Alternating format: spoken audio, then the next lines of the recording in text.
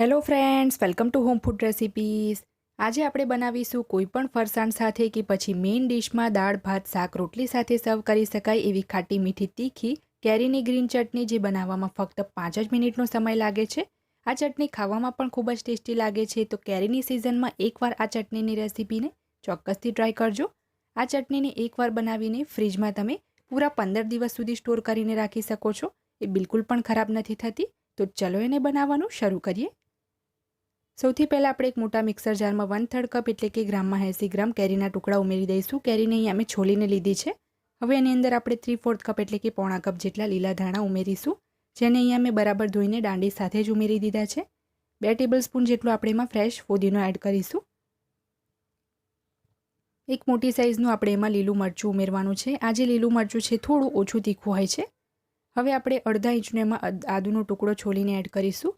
5 થી 7 આપણે એમાં લસણની કળી ઉમેરી દઈશું। 1 ચમચી જેટલા આપણે સૂકા આખા દાણા ઉમેરીશું। 1 ટેબલસ્પૂન એટલે કે 1 મોટી ચમચી આપણે સફેદ તલ ઉમેરવાના છે। 1 ચમચી આપણે એમાં શેકેલા જીરાનો પાવડર ઉમેરીશું। અડધી ચમચી જેટલો આપણે એમાં ચાટ મસાલો ઉમેરીશું। સ્વાદ મુજબ એની અંદર આપણે મીઠું ઉમેરી દઈશું। હવે એની અંદર આપણે 1 ટેબલસ્પૂન જેટલી દળેલી ખાંડ ઉમેરીશું। ખાંડ તમારે કેરી કેટલી ખાટી છે એના પર ડિપેન્ડ કરે છે। 1/4 કપ પાણી એડ કરીને બધું જ આપણે બરાબર અધકચરું પીસી લઈશું। અહીંયા તમે જોઈ શકો છો બધું જ મેં અધકચરું ક્રશ કરી લીધું છે। એકદમ આપણે બારીક એની પેસ્ટ નથી બનાવવાની। આ રીતે સહેજ અધકચરી ચટણી રાખશું તો જ એનો સ્વાદ અને ટેક્સચર બંને પરફેક્ટ આવશે। તો હવે આ ચટણીને આપણે સર્વ કરી લઈએ। આ ચટણીને તમે ગાંઠિયા, ફાફડા, મેથીના ગોટા, ભજીયા કોઈની પણ સાથે સર્વ કરી શકો છો। અને અત્યારે એની કન્સિસ્ટન્સી છે મેં ગાઢી રાખી છે, પણ તમારે સર્વ કરતી વખતે થોડું પાણી એડ કરીને પતલી કરી લેવાની છે।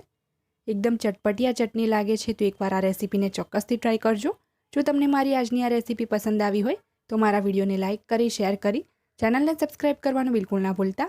સબસ્ક્રાઇબ બટનની બાજુમાં જે બેલ આઇકન છે એને પણ દબાવજો, જેથી તમને મારા દરેક નવા વિડીયોની નોટિફિકેશન મળતી રહે। અને જો તમારે મારી આ જ રેસીપી હિન્દીમાં જોવી હોય તો મારી હિન્દી ચેનલ ઉપર જઈને જોઈ શકો છો, જેની લિંક મેં વિડીયોની નીચે ડિસ્ક્રિપ્શન બોક્સમાં આપી છે। તો મળીએ નેક્સ્ટ વિડીયોમાં, ત્યાં સુધી આવજો।